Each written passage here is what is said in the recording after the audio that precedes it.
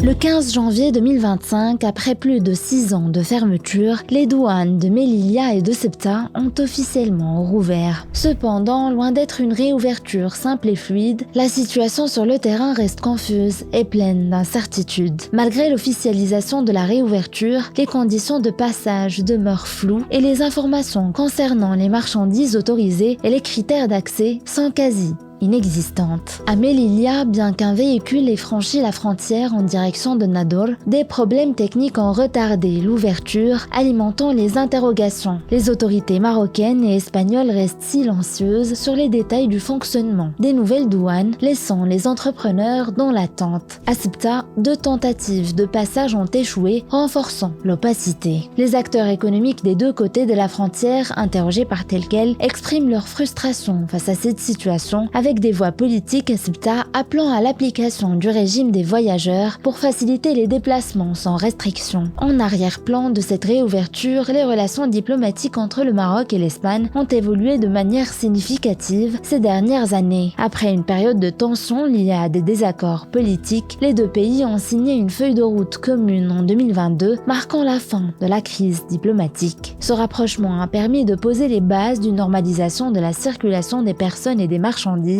y compris à travers des contrôles douaniers adaptés. Bien que des progrès aient été réalisés, la réouverture des frontières reste marquée par des défis techniques et une grande incertitude quant aux modalités précises du passage des marchandises. Cependant, pour les commerçants et les citoyens, la normalisation complète de la situation semble encore lointaine et semée d'embûches. Pour un éclairage complet sur les défis et les enjeux de cette réouverture, consultez notre article complet en vous abonnant sur telquel.ma ou retrouvez l'article dans notre magazine en kiosque.